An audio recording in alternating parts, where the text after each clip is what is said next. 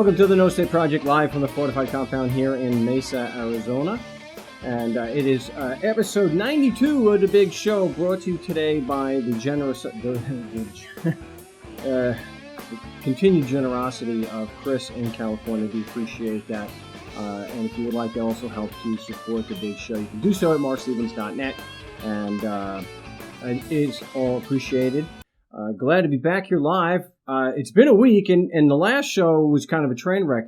And I know there was some nasty comments that were left, and as if it was my fault that there was a tech issue. That was actually on YouTube side, and at least from what I saw, there was, and what people were saying, there was no more stream. It didn't make any sense to do the show when there was no more stream. So I apologize for that, and hopefully we can get through this here broadcast and not have to get any of those tech issues. But hey, what is the No State Project without a tech issue, right? Am I right? Interesting thing. I titled this show tentatively anyway.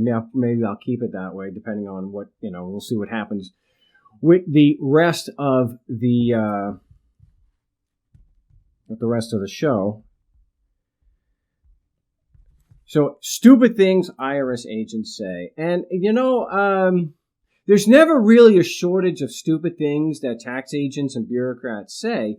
It's an unending well of idiocracy there to be able to present here on the show. A lot of times it's the same stupid thing. So no matter, and that's the interesting thing is, and I noticed this a long time ago, that no matter where I was doing my work, whether I was dealing with a bureaucrat in California, Toronto, in Sydney, or Brisbane, or talking to a cop or a prosecutor for the CPS in England, it didn't matter.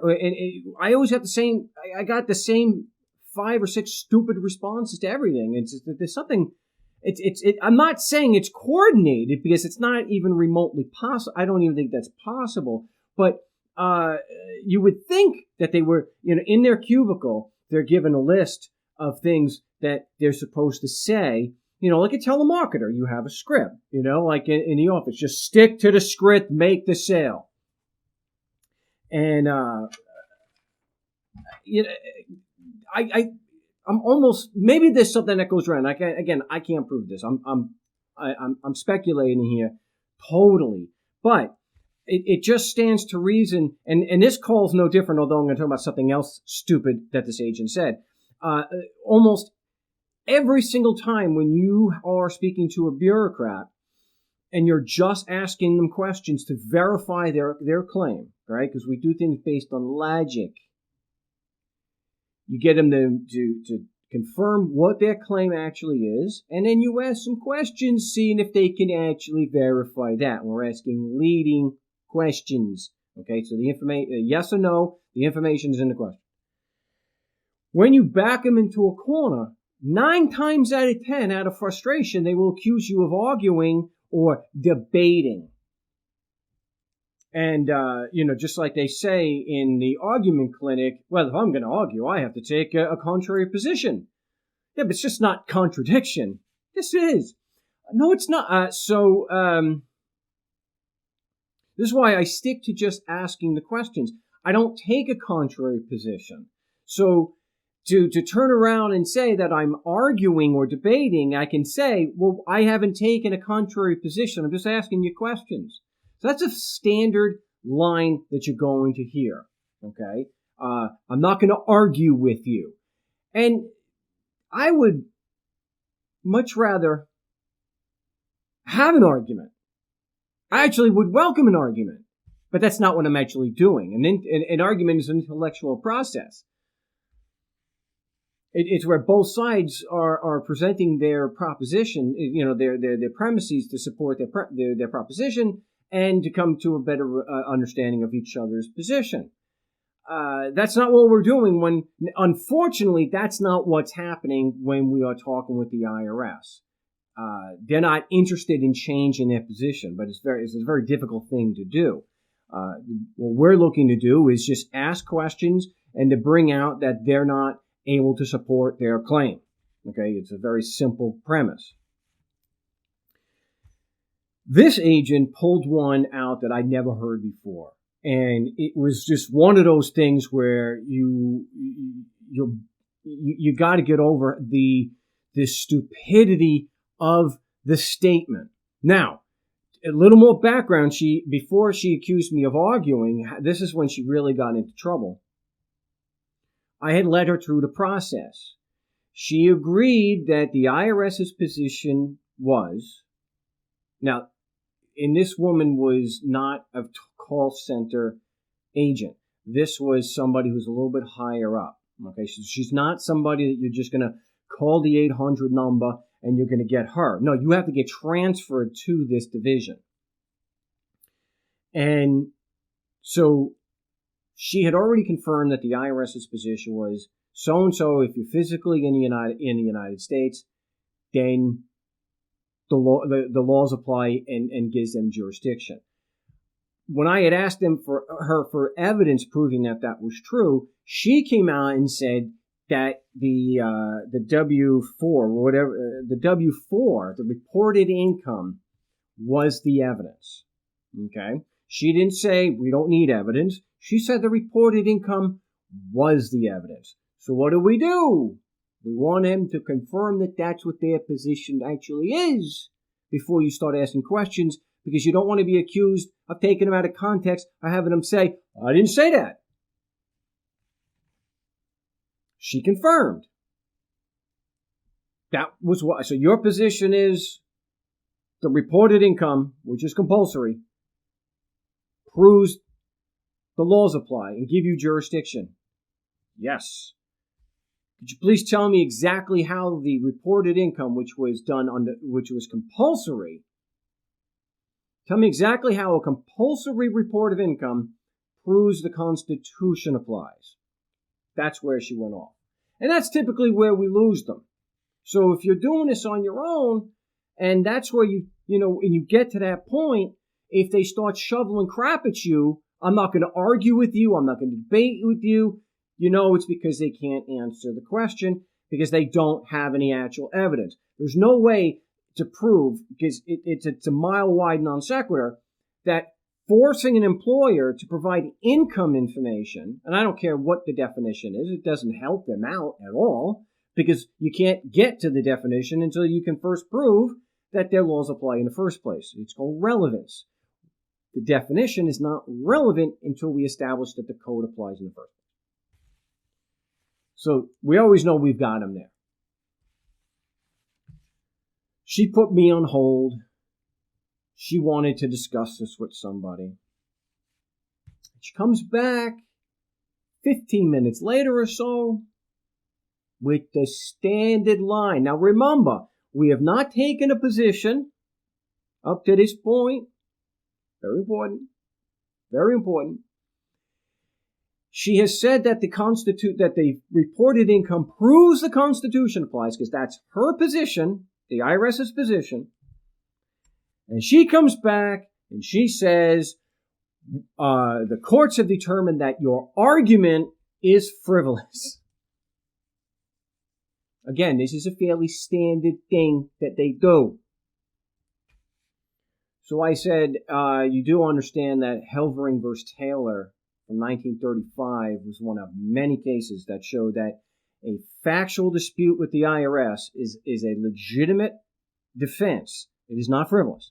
Even if you're wrong, that the IRS does not have the facts, an issue of fact is not frivolous. You could be wrong, but it's not frivolous. So can you cite one single court case that holds that an issue of fact universally is frivolous? Of course you can't, because there isn't one. And the day they come out and say and rule that an issue of fact is frivolous, boy, you're taking all the pretense away. Oh, come on, Eric. The W-2, W-4 is all done on a threat, duress, and coercion. All that's compulsory. I'm not going to accept for 2 seconds that the tax system is voluntary, because it's not. You got to do a little better than that. There is nothing about the tax system that is voluntary. Those documents are signed on the threat, duress, and coercion. You sign them when you go to jail. They make the reports. The employer does the W-4. They do the 1099 and the 1099Ks and the 1098s. They do it on the threat, duress, and coercion. They go to jail and lose their business if they don't do it. That's not voluntary. Okay, but so to get back. So I'm pressing her on these issues. I'm bringing out that she's obviously wrong, that issues of fact are not frivolous, and the Supreme Court in Heldring v. Taylor and Court of Appeals many, many times, hundreds of times probably, Addison v. Commissioner is one of them in the Ninth Circuit, that an issue of fact and a factual dispute with the IRS is not frivolous. So then she pulls out the one I've never heard before. Because I'm trying to bring her through this, and I'm trying to get around this, maybe get back to where we were before she put me on hold. And so I said, look, you already said it's your position that the compulsory report of income proves the Constitution applies. And she lost it. She's raising her voice, and the frustration, you could tell, is palpable. She wants to get off the phone, and she basically yells at me, why are you saying that this is my position? This is not my personal position.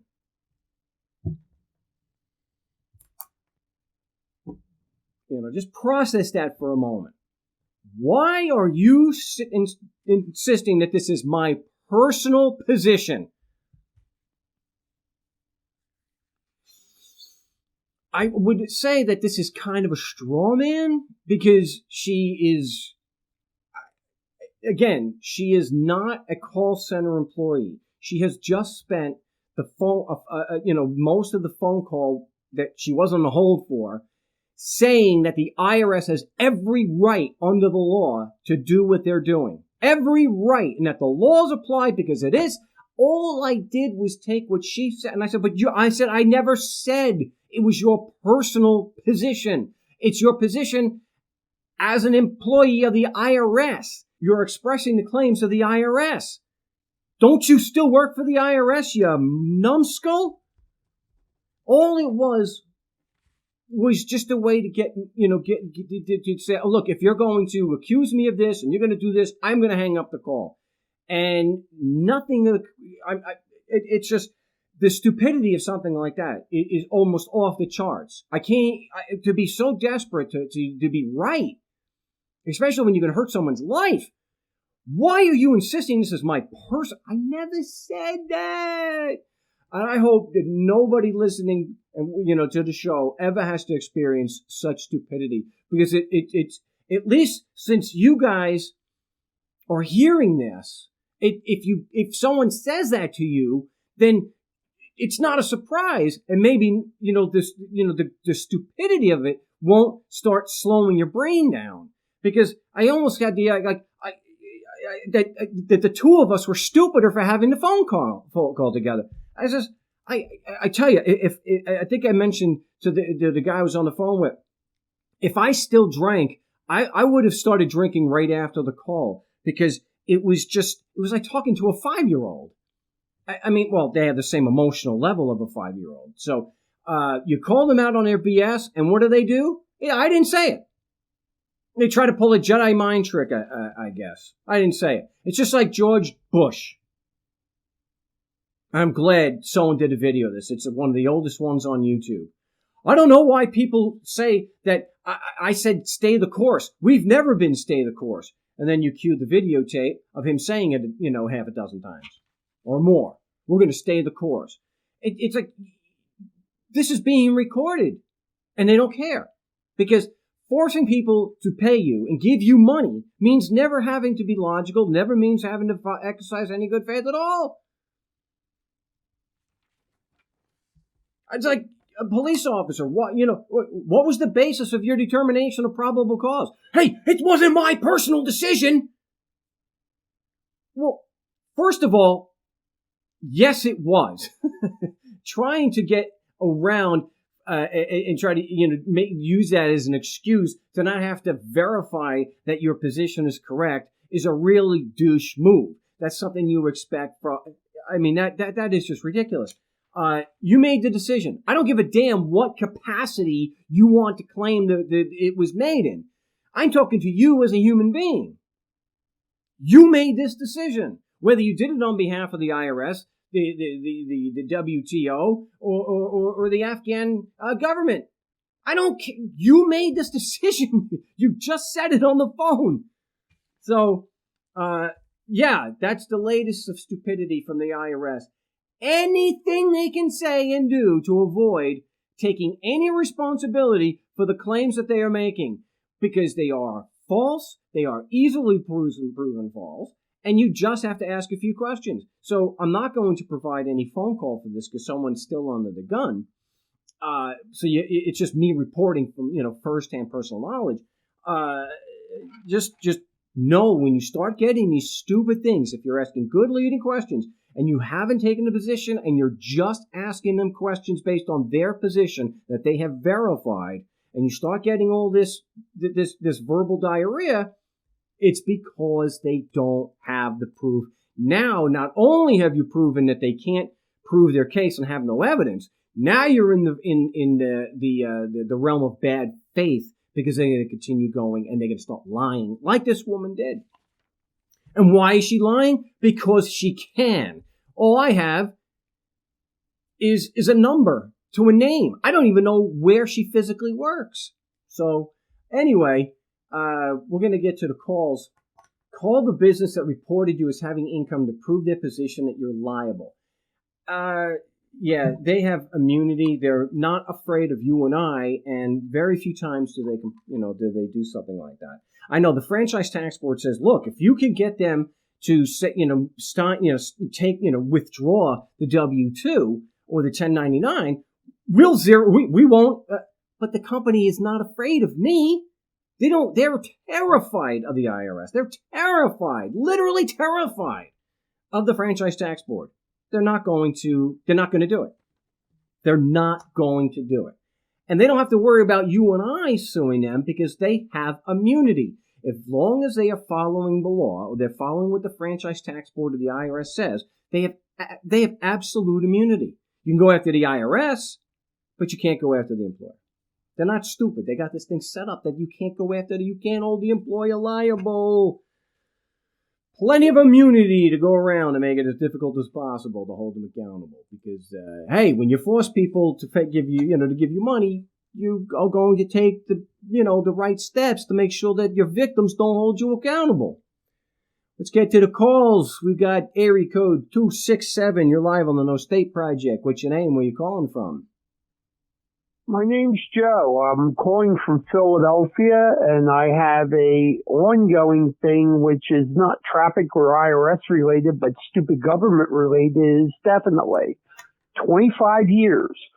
I have had a stolen home where they're now building a mall on top of my stolen home, all with HUD money. Hashtag defund Phila now. I've been to the Supreme Court twice. They said it wasn't ripe. And now I am back in Commonwealth Court where the judge claims frivolous, just like you were speaking about. Even though I have no home, I have no just compensation, and I haven't been allowed to have a trial by jury 7 times now. Okay, well back up. Give us a little more context here, because to get to the Supreme Court and have them say it's not ripe, you had to have lost at the trial court and the initial appeal. Well, what I did is, since certain people were involved, I'll go over some names: Mezvinsky, Marjorie Margolis, Mr. Ed Rendell, and assorted political people, Casey's father, Governor Tom Wolf, the entire city council, the mayors, several mayors of Philadelphia were involved. I filed in federal court in Philadelphia, and then I was immediately railroaded and told that I could not file for a common law Seventh Amendment trial by jury because it was a civil matter. And I said, well, have you read the Seventh Amendment? It says in matters over $25, you can demand a trial by jury. Okay, but Joe, and this is Philly. Yeah. This is Philly in Pennsylvania, not the one in Mississippi. That's correct. Okay, Frank Rizzo territory, buddy. Yeah. All right. That's correct. All right. So what is the root? What are they trying with? Is this they were seizing the land on the eminent domain, something like that? Well, if you look up all the stuff on hashtag defund Phila now or Logan Homes, they claimed that it was a sinking home in the Logan Triangle. But the Logan Triangle became a flexible area because Ed Rendell wanted to build a mall there. So they were using the collapsing city sewers, which were maintained by the city water department, to create a disaster. Think RoboCop. In other words, the municipal officials were creating a disaster, which would then cause people to flee a neighborhood so that they could then seize the property for as cheap as possible and then redevelop it for a profit. So anyway, HUD sold me the home under the auspices that I was outside of the original triangle. Then they enlarged the triangle to 40 acres to say that, that's what they needed to build on. Okay. Now the triangle, I think, is 45 acres. They claim it's eminent domain, but eminent domain in PA Constitution, Article 1, Section 10, I believe, says compensation must be made before the property is transferred. And in the federal government, it says just compensation. There's several definitions of just compensation, but I must agree to it. So what Ed Rendell came up with back in the 90s, and it's been attributed to him in a number of articles. I don't know this personally. He came up with what they call a sequestration. In other words, the government, Congress appropriated money and gave it to Philadelphia to use to pay off people in Philadelphia. Philadelphia kept the money in abeyance, and they created a sequestration where you owned the property. You had to make tax payments and everything else until they bought you out. In my case, it ran from 1994. I wasn't allowed to live there during that time because they shut the water off to the entire neighborhood. And then they hit you with the health department that you were living in squalor, so you had to move. In 2012, December 2012, actually in 2013, January, I get a letter from the city that the property changed hands. And the redevelopment authority is the current owner.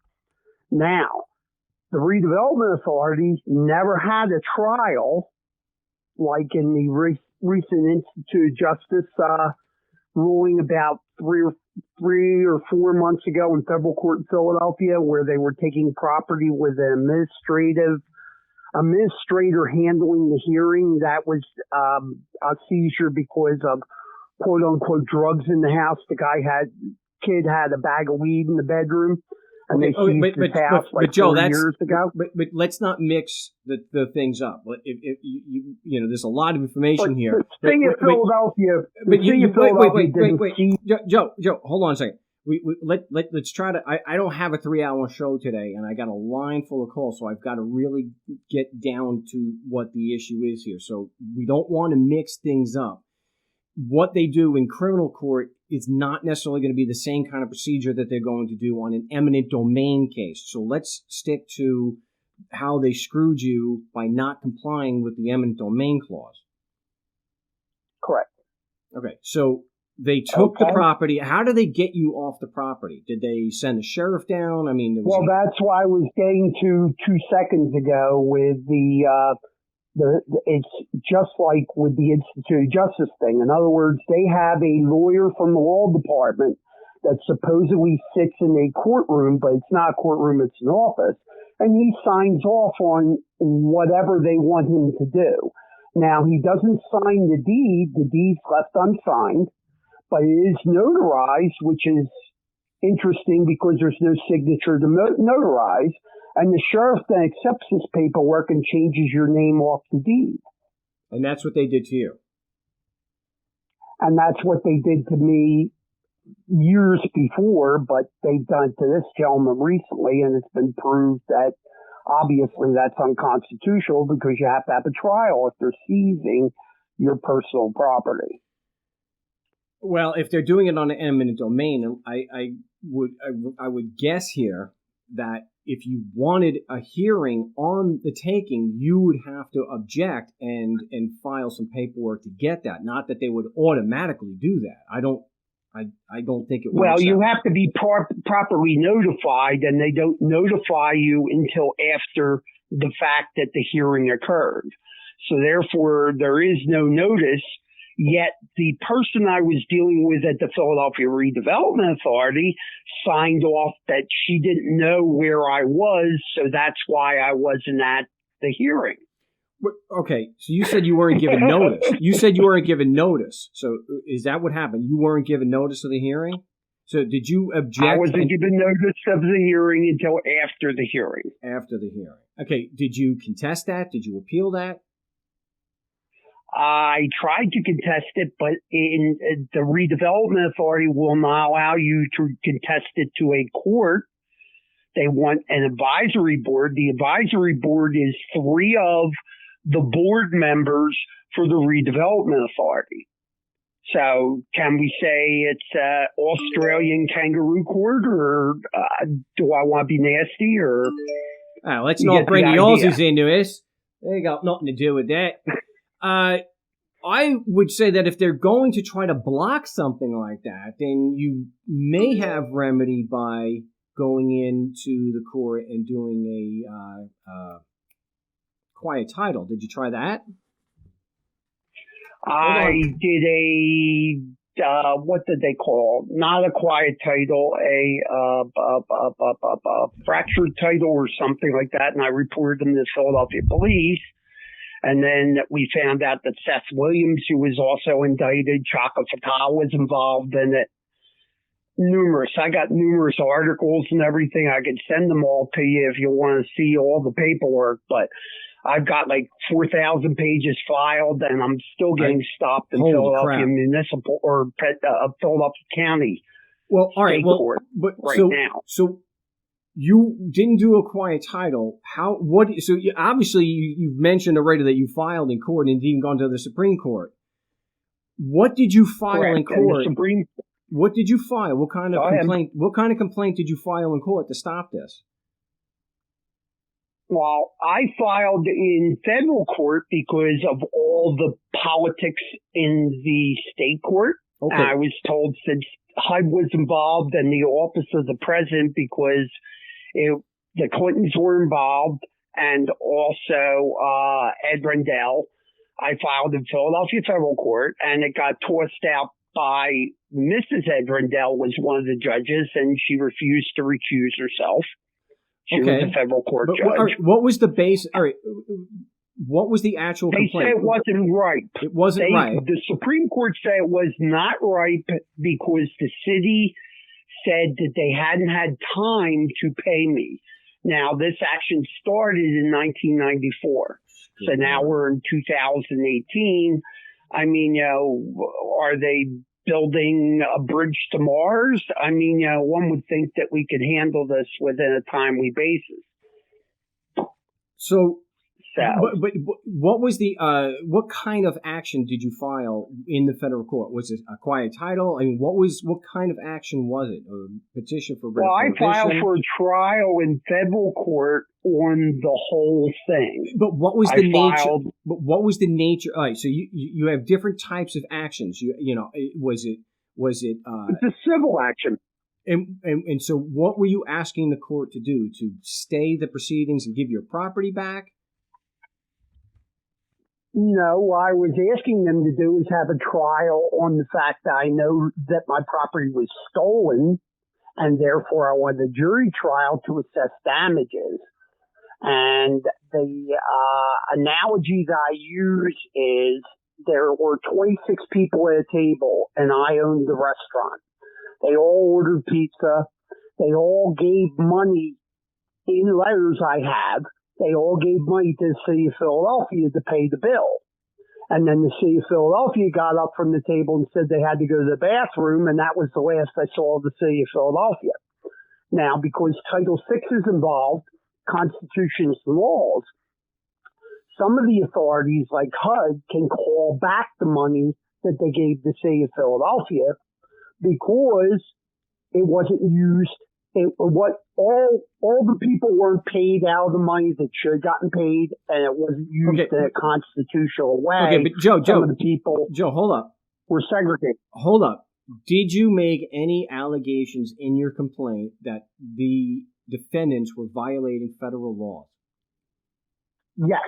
What particular federal laws did you accuse them of violating? 42 U.S.C. 1982 through 1987, 18 U.S.C. 241, 242, 2381, 2384. I got it. And they determined how. Wait. So the trial court threw it out because it wasn't ripe. You appealed it to the Court of Appeals. They affirmed, right? That's the court that Mrs. Ed Brendel was on the Court of Appeals of Philadelphia. Okay. And then I appealed that to the Supreme Court. And they actually made a ruling and said that they're not going to hear it because it's not ripe. I mean, was that reported? That's correct. Was that reported? Yes. Wow, I'd like to see the citation. It wasn't right. They suggested that I go back to Pennsylvania court because, again, some of the defendants, the city of Philadelphia's attorneys for the redevelopment authority and the redevelopment authority's attorneys were making an argument that they hadn't had a chance to deal with me or paying with me. If I filed in state court, then they would definitely deal with me because and the Supreme Court agreed because they said that it is a state issue to pay me for the property. Their issue is if my constitutional rights were violated. And I said, well, my constitutional rights were clearly violated, and they were telling me that because the city claimed that they didn't know about this, which they do, because I've testified at council and I have YouTube videos for 3 years worth of testimony at council that prove it. And everybody in the city knows me. So therefore, that's a frivolous argument, but yet they accepted it. So now I filed a month and a half ago in local court, and the sidebar is that one of the other judges was involved originally in Logan, and one of the other judges 3 years ago acknowledged that titles were being transferred without proper signatures and notaries, and the deeds were invalid that the city was acquiring mine and other properties with. But yet she didn't do her due diligence, having the knowledge and the power to rectify the situation. Again, 42 U.S.C. 1983, 85, 86, 87, did not do anything about that. Okay. And now I am before a colleague of hers who is claiming that my claim is frivolous.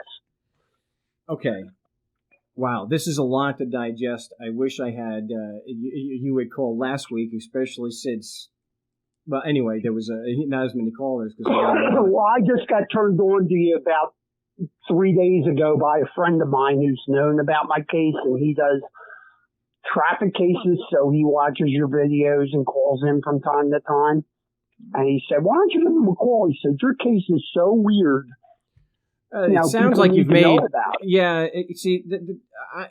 I understand why you went into federal court, but on a 1982, the fact that the Supreme Court even has made a decision instead of just rejecting it without explanation defies all description. I can't even begin to explain how odd that is for the Supreme Court to actually give you a decision. I would love you send me the citation, because even though they didn't take it, there should be a citation for that I can look up.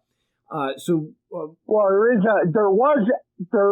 the case numbers are. Well, you don't need to do that now, but you can Skype that to me or email that to me. And markstevens.net is my website, and I'm very accessible from there. I want to just take a couple of minutes and see where you are now, and so you have a judge at the state level. You filed there, and has the judge thrown it out as frivolous? The Judge Ida Fox has ruled it was frivolous 1 day after it was filed. I wasn't even allowed to file a first judicial notice. Wow, 1 day. And so has she kicked it out? Luckily, because I made the copies that I'm supposed to serve, and they cost me $3,000. You can't imagine how much debt I am over this. $3,000. Whoa. Okay, look, we're going to have to finish this up on the Saturday show. But briefly, what the hell did you pay $3,000 for? Well, their current list of people that are co-defendants, I think, numbers 65. Oh, good Lord. And that isn't all the people I've come in contact with, but the major ones. And the reason I filed against a lot of people is because in City Council in Philadelphia in June, while I'm sitting in the meeting, they approved to spend upwards of $125 million to build a technology park on top of my home after I've testified in open council for years that my deed was not done properly. Wow, this is so. Therefore, I am suing them personally and as a council person, and there are 50-some council people, and then the document itself is 200 and some odd pages. So therefore, when you go to Staples and everything.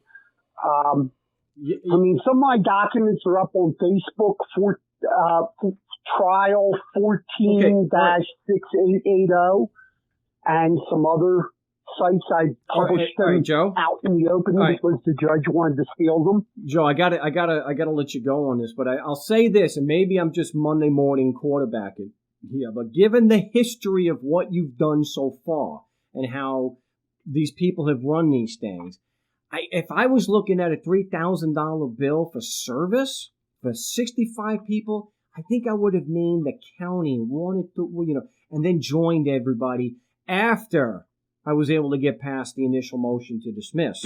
So this way I know I'm not throwing $3,000 out the window because you'll never get that back. So therefore I didn't serve the documents because I went there the next day and she wouldn't let me add to the paper. So I now have those documents sitting in a room in a pile ready to serve. Now, if I change the cover sheet because I have to file an appeal, then I can serve them at that time. I stopped the service before the service happened because she closed the matter almost immediately, which is unheard of. Save that $3,000 until after you get past the initial motion to dismiss. So, and then join them after that, given the history, so you don't waste a lot of money on service. I will be live on the Saturday show this weekend, and that's a 3-hour broadcast, so we have a bit more time to cover this in some more detail, okay? Well,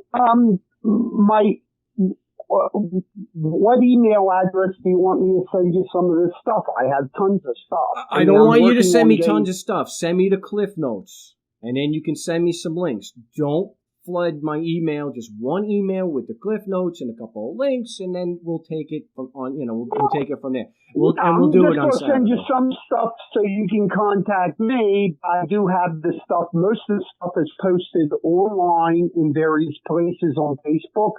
I published the whole 14-6-8-8-0 trial, which was in federal court. And all right. We'll get to that, Joe. 14-6-8-8-0. Okay, Joe, we'll get to that, but I got a whole line of calls and I'm running out of time. Okay, so we'll talk again on. That's fine. We'll talk again on the Saturday show. Okay, what time? It's 2 to 5 Mountain Standard, so it's 4 to 7 Eastern. Okay, I'll try to get a hold of you. Thank you very much for all the time that you had and what you're doing. It's great. Appreciate it. No problem. Wow. That is a mess. And I would say anybody looking at something like this, don't immediately go to federal court. They don't like that.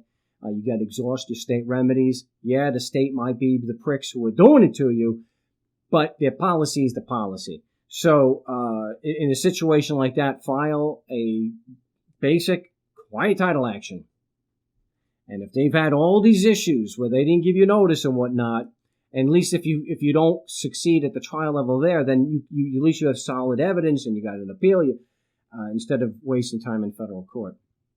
We're going to go back to Pennsylvania. We got Travis. Travis, welcome back to the show. Hey, Mark. I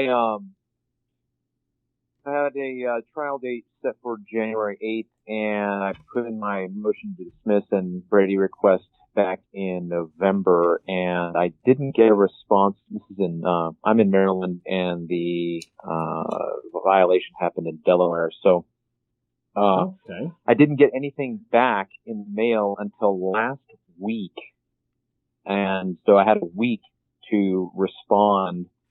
They gave me a mandatory appearance to, I guess, to be personally present to make the motion instead of just responding to the paper itself.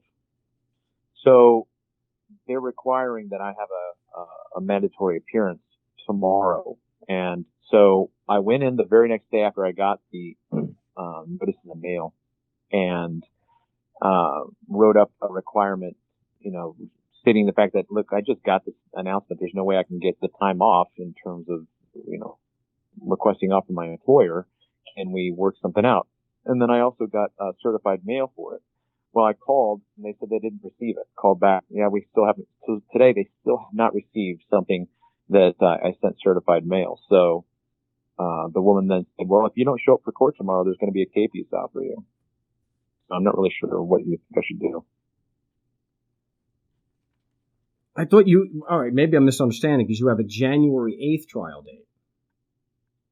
Right, but I put in a motion to dismiss. In November. Right, and their response was, you have a mandatory appearance within a week to file your motion. Is what I understand. So when I spoke to the woman, I said, look, I filed the motion in paper. She said, well, that's not the way Delaware deals with it. You have to do it in person, which is what the mandatory appearance is. So I guess what they're saying is we're going to let you make your motion, but you have to do it in person. That's about as best as I could do to try to understand what they were telling me. Well, if they're only going to, if all motions have to be heard, that's, hey, that's actually a pretty, it's better that way than to just have them deny it without explanation. Are you not able to make it to the? Well, no doubt. But my employment requires me to give in at least 2 weeks notice of requested days off. So I was just trying to, I suppose, delay my appearance by applying for their consideration to the fact that they only gave me a week to figure stuff out. Well, no. It's first, you could get a continuance on that. They should allow something like that. Well, I suppose that they would say you can file it within 3 days of your court date, but that's what I tried to do in terms of, I guess I was applying for a continuance. I didn't call it continuance. I basically said, look, I'm asking you guys to reconsider the court mandatory appearance because I've only had a week to respond to this. So I didn't call it a continuance, but I guess I would have thought of it in those terms if I was on their end. But like I said, she said, we haven't received anything. We haven't received your paperwork. Oh. Do you have any kind of proof of mailing? Right. Yeah, I've got the certificate. Yeah, I've got the certified slip. Then you can bring it down there and say, look, you did get it. I mailed it on this day. No, they're going to say we didn't receive it. There was no receipt for it. I guess you can just refile it with the receipt and say, no, I did mail this already. So you would suggest just refiling for a continuance? You can. Is that what I hear you saying? Well, I was saying refile the motion. I mean, did they actually set it for a hearing date on the motion? Well, I suppose the hearing date for the motion is tomorrow. Oh, it is tomorrow. Well, if they've already set it for a hearing, you bring the motion with you tomorrow and just argue. Yeah, you don't have time to mail it. Unless you don't even have time to do a continuance. Right. Which is what I was trying to do. Which is what I was trying to do on Friday for Monday. So. Oh, damn it. Okay. Wish I had more for you there. Yeah. Yeah, it seems KP is a little bit harsh for not showing up for an appearance. I mean, really? A bench warrant? Really? And it's not even a trial. It's a motion hearing. Your motion hearing. It's not like it's the prosecutor's. So, yeah, that is pretty harsh. Right. I'm the one making the motion, and now you're demanding I appear. I wonder if they're going to... Maryland. If they do that for the prosecutor. Mm-hmm. Right. Are they going to issue a warrant for the prosecutor? Yeah, I'm sure. I understand what you're saying. The double standard. Sure. Are you prepared at all to go to court tomorrow and argue that motion? He's laughing. That's theoretically. I wish I had more time on the show. I would the basics. Yeah, no, I get it. Remember, you're asking leading questions. If they say, "Do you have anything to add to your motion?" Say, "I want to know right now. Does the prosecution do they have the evidence to overcome the motion?" Right. Yeah. No, I've got that much under my belt. So yeah. Okay. Well, let me know. Shoot me an email after it's done. Let me know what happened. And remember, you're holding just. I know this seems very basic, and it is, and it's like everyone. The prosecutor is the one with the burden of proof, not you, and certainly not the judge. You should not be getting into a headbutting contest with the judge. Remember, the judge has to base his decision on the record and what the prosecution has presented. So if he's insisting that there's evidence of jurisdiction, you have to object and ask, what are you talking about? So if you say, I don't see anywhere in the record that what this alleged evidence you're talking about. And so you need to please tell me what you're referring to. What is the prosecution referring to so that I can address that? Because you can't defend against something they're not disclosing. So if you say, I'm not here to tell, so look, then I'm going to go line by line on this complaint, and I'm going to if you don't just tell me what you're basing it on, so I can defend it, I'm going to go line by line and ask you if that's what it is. Or maybe the prosecution can finally stand up and offer some argument and support his position. So if the judge says something like, I'm not here to answer your questions here, but the prosecution has a burden of proof, right? Then let them meet that burden. I don't see what you're talking about, because if you're saying my physical presence proves the Constitution applies, I want to know what evidence proves that. What proves that? What makes that true? So. Yeah, okay. I wish I had more time for you, but... just let me know. Good luck. Let me know how it turns out tomorrow. All right. Thanks. All right. Appreciate that. I wish there was more. Yeah, sometimes there's not much we can do. If they set it and they're threatening a warrant, you're not here the next day, then you typically can't get a continuance in that short a time. So we'll take one last call. Looks like it's San Diego. Area code 619. You're live on the No State Project. What's your name? Where are you calling from? My name is Michael. I'm from San Diego. I really appreciate what you're doing, Mark. I can't explain how enamored I am with the perspectives you provide and some of the conversations I've started on behalf of what you're saying. I don't have any legal problems. I do my best to avoid the law. And if I get traffic tickets, I pay them because I don't have the time. But one of the things that's really got me confused and really wondering, you speak so specifically to the ideas of how they don't have where's jurisdiction, and I understand that. But when it comes to when people harm one another, or when there is actual physical or whatever they be defined as harm happening, I don't understand where you stand on this law, because I'd like to think of myself as a voluntarist, but not so much as an anarchist. And how, if we live in this world where there is no jurisdiction for people and how they conduct themselves, because you're so knowledgeable in the law, I feel like I'm missing something. Can you share with us or me anything where if somebody is harmed, how jurisdiction plays into this? Well, I got to ask this first, and we'll get into that. You say you're a voluntarist, but not an anarchist. Do you believe? I just want to examine that for a second. To me, they're pretty much they're the same thing. So, do you believe there should be a violent ruling class in society? Well, obviously not. Then, okay, that's what anarchy is. Anarchy is no rulers, not no rules. The issue of harm. Well, that's what forgive me, then I misinterpreted the word anarchy. That's all. Hey, that's a very.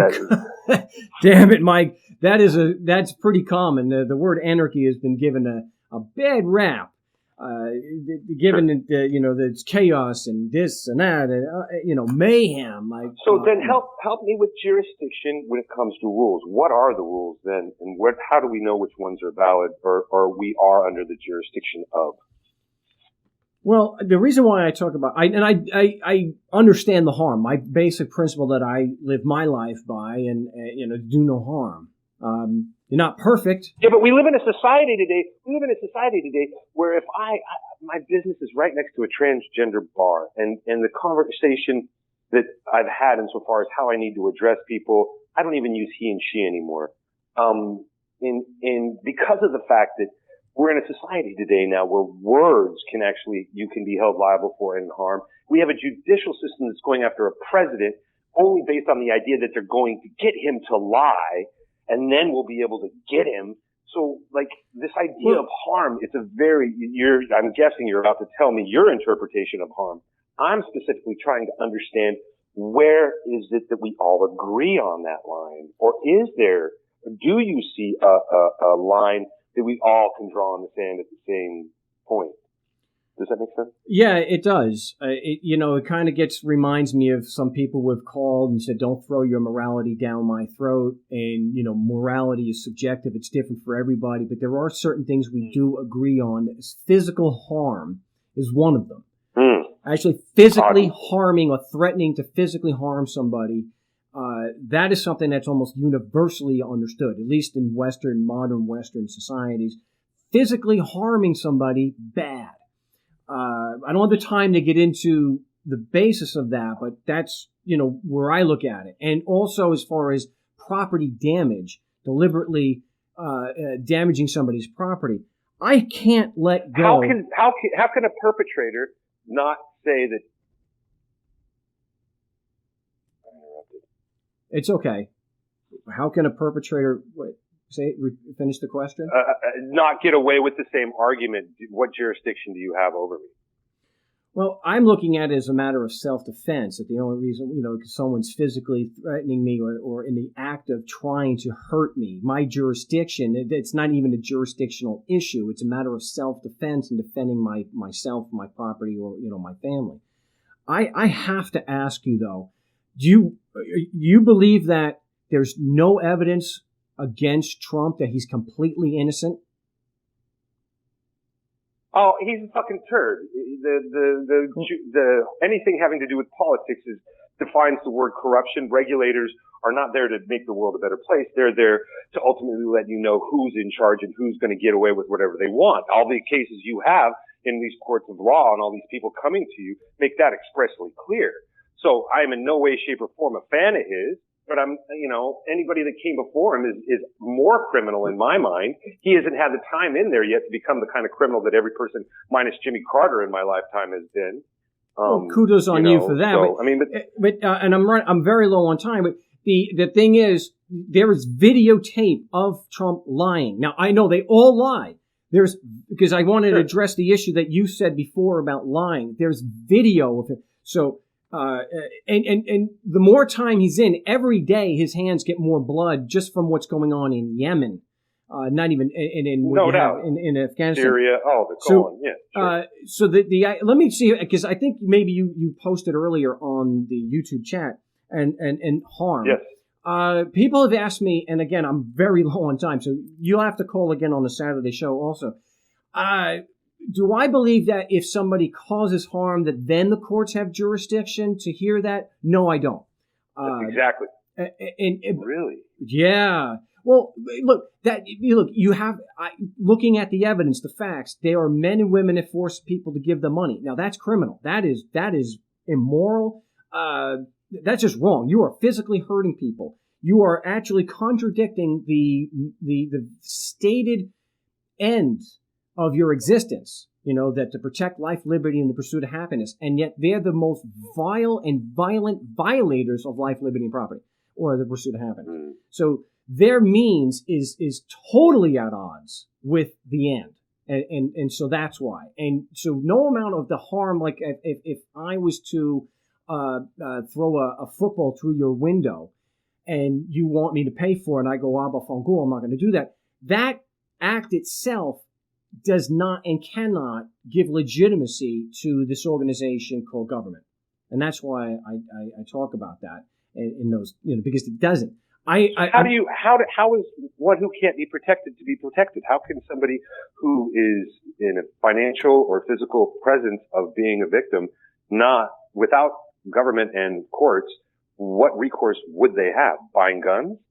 No, I'm not saying look, right now, some people may have to rely, of course, on government. I personally would not call the cops because, at least in my experience, and I live in Mesa, Arizona, calling the cops usually means someone's dying. Okay. So I wish I had more time.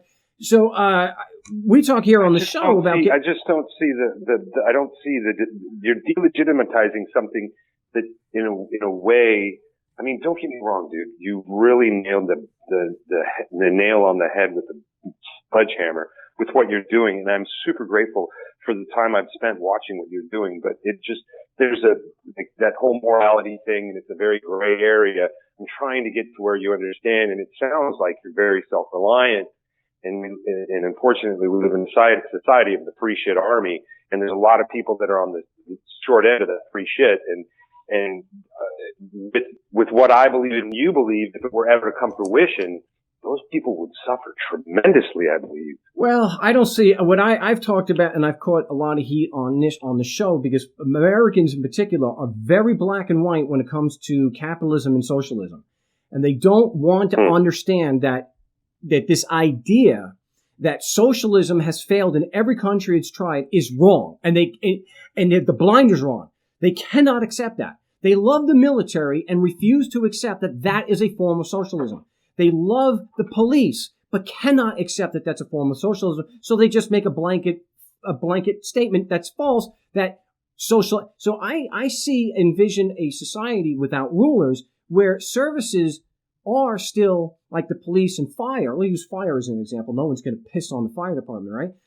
That those are still commonly owned and administered and paid for. And that you're not going to have where you have like Rome, where the pros, the free market, they come to your house, and as your house is burning, they negotiate a price, right? I don't think anybody in their right mind wants to go back to having everything like something like fire, being, well, let the market do it because the market could do it better. If you don't have, you have to. So this is, I'd love to be able to speak about this more, even though I put it in the show notes and when I mention the show that we get to talk about anarchy and getting to a voluntary society. I don't get to spend much time actually talking about that. So with what you're saying, can I interrupt? I'm sorry. I know your time's limited, but one of the things I'm really into is a thing called blockchain, and it's the ledger behind all these things called cryptocurrency, and these smart contracts that are on immutable ledgers that are publicly accessible. I think there's a lot of solutions. Have you ventured into any of the concepts or ideas or applications of how what you want can be achieved with the help of things that are involved in the blockchain? I've heard of that too, and I like the transparency of that. And I've mentioned on the show, if you have something like there's no government, but let's say a service like fire, where everything is done on, let's say, a blockchain, or everything is done publicly available, and there's regular audits of that, and so that's something. But I am totally out of time. I can't go over here. So I appreciate the call. I'd like to be able to talk about the stuff more. So maybe, since we're going to spend a lot of time with Joe in Philly on Saturday, but you can also go back on Saturday so we can talk more about this. Well, what I'd like to do is maybe just, I'll send you a link and maybe some information on things that are actually being developed in the Ethereum blockchain, which is a smart application, not Bitcoin, where it's just based on monetary. But, and maybe share some of it, because I think with your voice, your understanding, and what you're doing, I'm convinced that bankers, lawyers, and politicians are the most criminal aspects of society, and we can regulate them to where they belong, like where Tower Records and where Blockbuster was, where the banks no longer are relevant because we have our own decision-making process, and everything's based in volunteerism. I really think with what you understand when it comes to law and what the blockchain can offer and your understanding, you could easily make a much more tremendous impact on a space where there's a lot more of attention because of the speculation aspect of it. I hope that makes sense. Yeah, well, we can talk more about that. Hopefully you can call on a Saturday show. I appreciate the time, Mark. Thank you very much. Oh, not a problem. Have a good one. Appreciate it. Wow, that was a fast hour. My gosh. Kind of a day where I wish I had more time. So hopefully, especially Mike in San Diego will be able to give a call back so we can discuss anarchy and actually getting to a voluntary society, and how a society would function without rulers. And it came through the feed again. I always get these stupid things. I just, so every country that socialism has been. I'm not a socialist. I'm an anarchist. But you have to be accurate in what you're saying. It is absolutely false. Just false to say that every single country where socialism has been used has been a complete and utter disaster and failure. Just look at Europe. I don't think that Sweden is the United States. Again, I use fire, the police, sanitation. That is social. That is socialism. So you may not like socialism, and there's a lot I don't like either. But you can't get away with making false statements like that. It is absolutely false to say that socialism always fails. Absolutely false. So that's like looking at how many homeless people are in the United States and say, well, capitalism failed. But things aren't that easy, and things aren't always that black and white. We live in a very colorful green world. A lot of different things. It's not a one. Anyway, I'm totally out of time. I appreciate it, the calls. I will be pulling the feed down and putting a good video up and having a good audio. Again, I appreciate everyone tuning in to the big show today. I will be live on Saturday, and we should be doing the role-playing tomorrow, so contact me at Frank Rizzo 3 on Skype, and we can get you into the Discord chat, or just do it on Skype. And again, thanks for everyone with the support of the show, and Chris in California for bringing us this show today. And till Saturday, salud.